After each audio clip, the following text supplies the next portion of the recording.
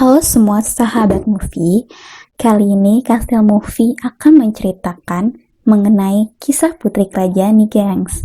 Tapi kisah ini nggak kayak kisah putri kerajaan biasanya ya.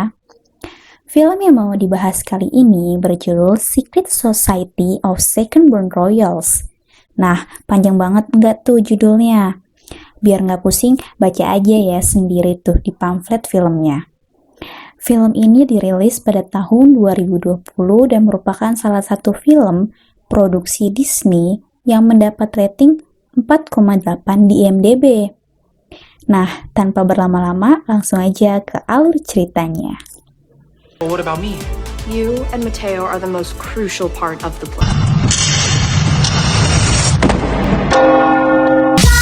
Flowers to me, flowers today, flowers today. Let us sending flowers come back to me and hold me in your arms again. Flowers, flowers to me, flowers today, flowers today. Let us sending flowers come back to me and hold me in your arms, and hold me in your arms. Di awal cerita, film ini memperkenalkan tokoh utamanya yang bernama Samantha, yang merupakan anak kedua dari seorang raja yang nama kerajaannya itu adalah Kerajaan Illyria, yang merupakan negara kecil di bagian Eropa gitu.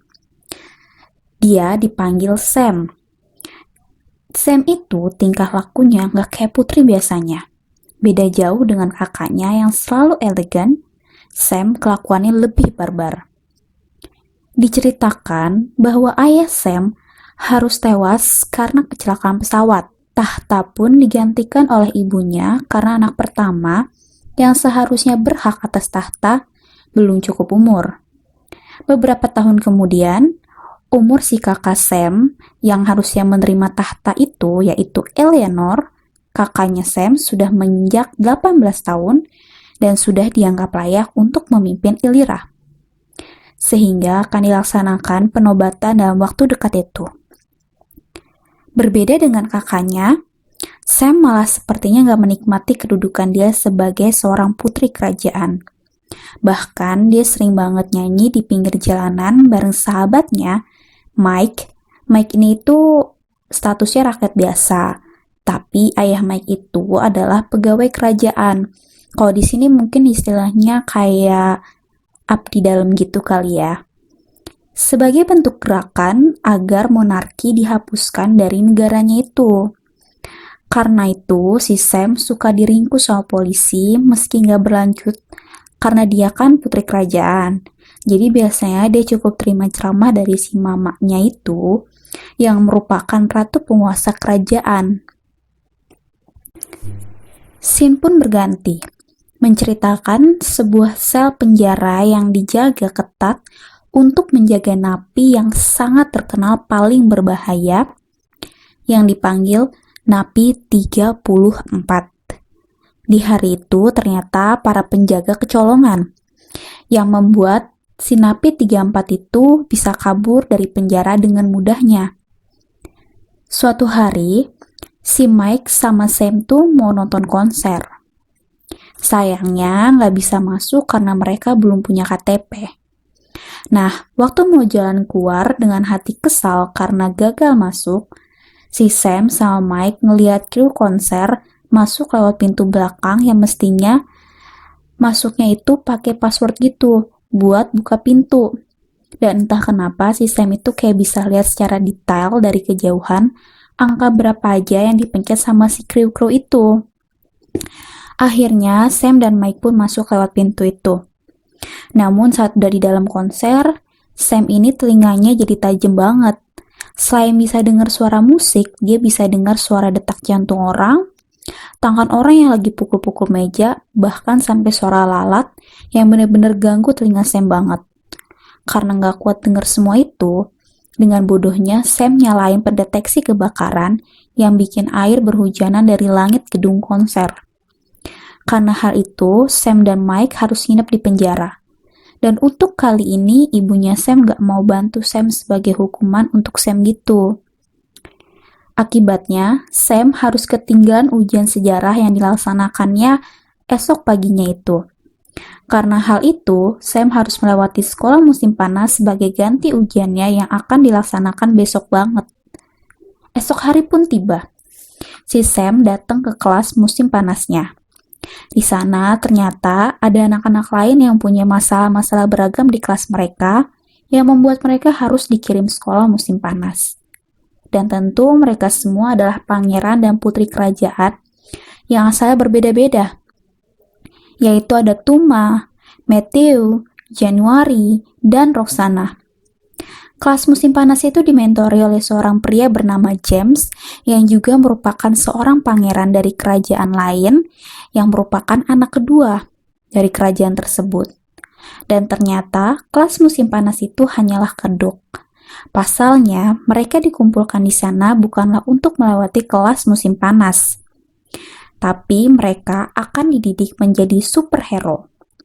Ternyata mereka semua yang di sana adalah anak kedua dari bangsawan-bangsawan kerajaan, di mana anak kedua itu memang dianugerahi kekuatan super yang matang di usia mereka yang ke-15 tahun. Makanya si Sam bisa melihat detail angka dari kejauhan, bahkan mendengar suara secara tajam. Sepertinya itu adalah kekuatan super Sam sebagai anak kedua bangsawan. Kegiatan pelatihan itu merupakan kegiatan diprakarsai oleh sebuah organisasi bernama Secret Society of Second-Born Royals. Kayak nama filmnya nih ya, gengs. Dan betapa kagetnya Sam saat mengetahui bahwa ketua dari organisasi ini adalah ibunya sendiri, yaitu Ratu Catherine. Di mana ternyata ibunya merupakan anak kedua dari kerajaannya. Peraturan dari pelatihan itu bahwa mereka gak boleh memberitahu siapapun mengenai adanya organisasi itu. Bahkan ke orang terdekat atau keluarga mereka sekalipun. Sehingga selama masa pelatihan mereka dilarang untuk menggunakan ponsel. Dan apabila mereka gagal dalam pelatihan, mereka akan dihapus ingatannya dan akan diambil kekuatannya untuk melindungi kerahasiaan organisasi itu. Lalu dikembalikan ke kerajaan masing-masing. Namun, si Sam ini kan emang rada barbar ya. Jadi, dia ternyata nyimpen ponsel cadangan buat tetap bisa menghubungi temennya si Mike itu. Dimana hal ini diketahui sama January yang sama pelatihan tuh jadi teman dekatnya Sam gitu. Bahkan hari pertama di situ pun antara Sam dan January udah saling curhat mengenai perasaan mereka jadi anak kedua. Pelatihan pertama yang mereka lakukan adalah menghindari tembakan laser yang datang dari segala arah di arena pelatihan itu. Nah, dari situ mereka akhirnya tahu bahwa mereka memiliki kekuatan super yang berbeda-beda. Sam yang udah sadar dari awal mengenai kekuatannya, si Roxana yang bisa tidak terlihat, Tuma yang bisa membuat orang-orang patuh dengannya, Matthew yang bisa mengendalikan serangga, dan January dengan menyentuh orang berkekuatan super bisa meminjam kekuatannya. Nah, kalau kalian mau pilih, mana nih misal bisa pilih kekuatan super kalian? Komen di bawah ya. Setelah mengetahui kekuatan mereka, mereka pun dilatih untuk dapat mengendalikan dan memperlancar keahlian super mereka. Kedekatan January dan Sam pun juga makin terjalin dengan January yang memberikan sebagian makanannya pada Sam, saat makanan Sam sengaja diberi racun sebagai bagian latihannya dalam mempertajam indera penciumannya. Suatu ketika di tengah masa pelatihan, ibu Sam mengajaknya ke ruangan yang hanya bisa dimasuki oleh anggota yang telah sah. Ruangan itu berisi peralatan-peralatan perang yang digunakan anggota organisasi itu, termasuk nano berbasis DNA yang nantinya akan berperan besar dalam film ini. Di ruangan itu juga terdapat foto-foto para anggota organisasi dan ada bingkai yang kosong yang kata ibunya itu adalah anggota organisasi yang berkhianat. Suatu malam, si Sam berniat kabur dari asramanya buat nemuin Mike, karena udah janji bakal bikin konser mini sama Mike. Nah, ternyata waktu mau pergi, si Sam ada pelatihan mendadak di malam itu. Ternyata pelatihan mendadak yang dibentuk itu semacam simulasi keadaan genting. Dan mereka semua ternyata gagal dalam pelatihan itu. Sam langsung ngabarin Mike, namun Sam gak bisa jelasin apa-apa karena dia dituntut buat gak kasih tahu siapapun mengenai adanya organisasi itu. Ya udah deh, karena itu si Mike jadi kecewa berat gitu sama si Sam. Karena pelatihan simulasi itu gagal, mereka dihukum seharian pada esok harinya untuk merenungi kesalahan mereka. Tapi mereka menggunakan waktu yang gak ada pelatihan itu buat liburan, agar mereka punya momen-momen indah selama pelatihan, meski jika mereka gagal, ingatan mereka akan dihapus. Kembali dari liburan singkat itu, si January pengen banget nih ngeliat isi dalam kerajaan Illyria. Sam pun mengajak January masuk ke kerajaan lewat pintu samping yang bisa dibuka menggunakan password rahasia, yang mana passwordnya itu diucapkan lewat lisan. Dari sini January jadi tahu password rahasia kerajaan Illyria. Sam mengajak January ke tower, tempat biasa ia latihan band bersama Mike.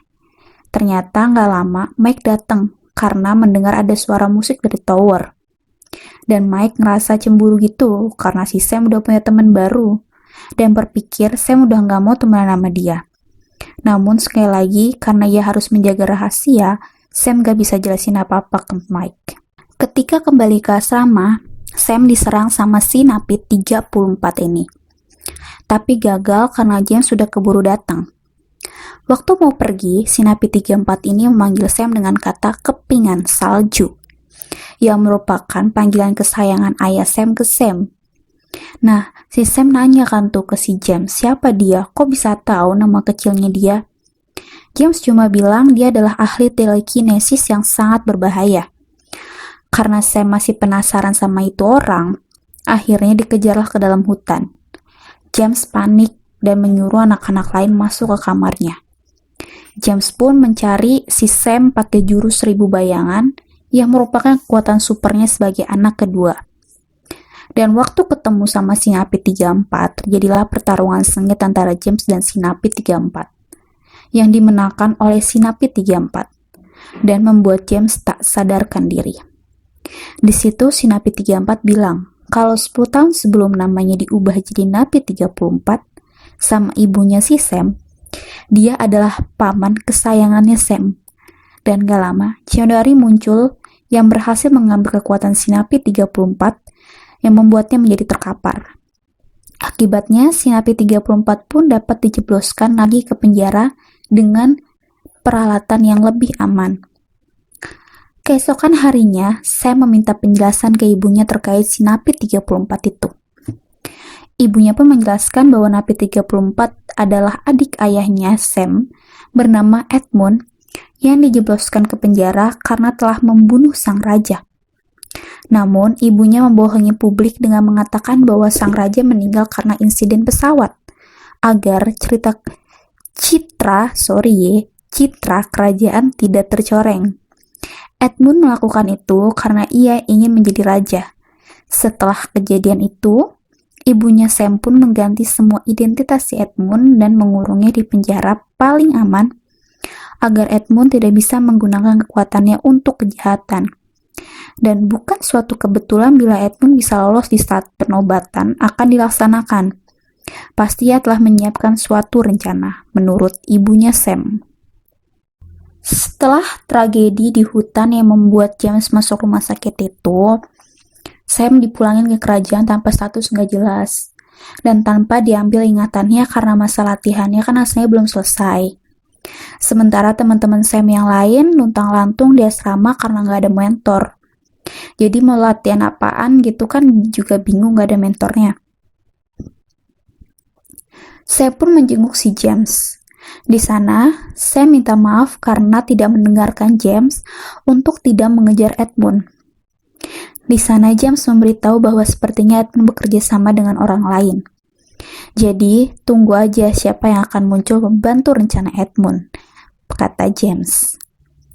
Acara penobatan pun digelar. Teman-teman Sam datang ke acara penobatan itu. Ternyata saat ke ruang acara, January hilang tak bersama yang lain, dan tak sadar pula Tuma telah kehilangan kekuatannya yang sepertinya dipinjam oleh January. Dan ya, Januari lah yang telah bekerja sama dengan Edmund. Januari membebaskan Edmund dari selnya dengan kata sandi yang pernah ia ingat saat diajak masuk lewat pintu samping kerajaan sama Sam.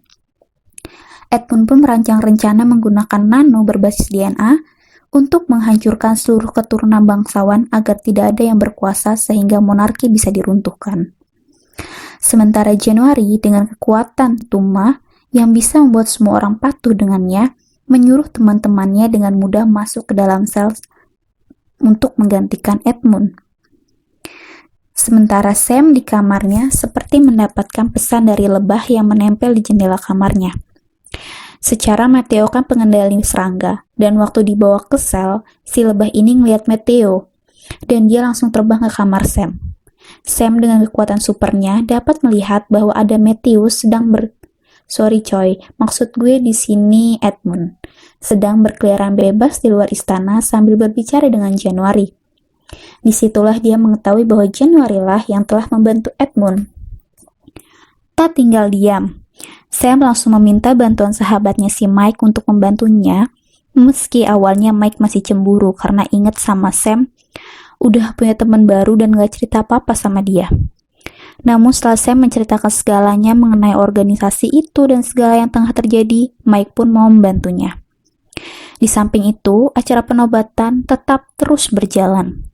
Sam dan Mike pertama-tama menjebak Januari, di mana Januari bilang di rumahnya si Mike kalau misalkan dia bekerja sama Edmund karena ia ingin menjadi pewaris tahta. Sehingga jika ia bisa membantu Edmund akan membantunya menyingkirkan kakaknya. Karena tidak mungkin untuk Januari membunuh kakaknya sendiri. Mike dan Sam mengurung Januari yang berhasil dibuatnya tak berdaya di rumah Mike.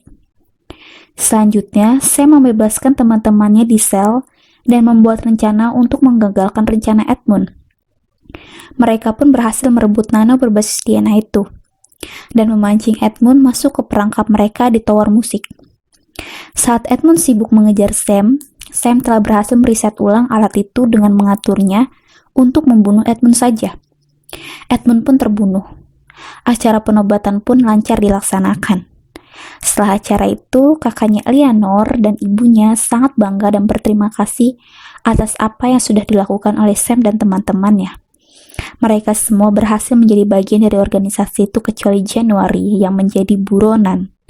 Bahkan ternyata kakaknya Eleanor sebagai ratu yang baru telah merancang pembentukan parlemen dengan tetap mempertahankan pemerintahan monarki.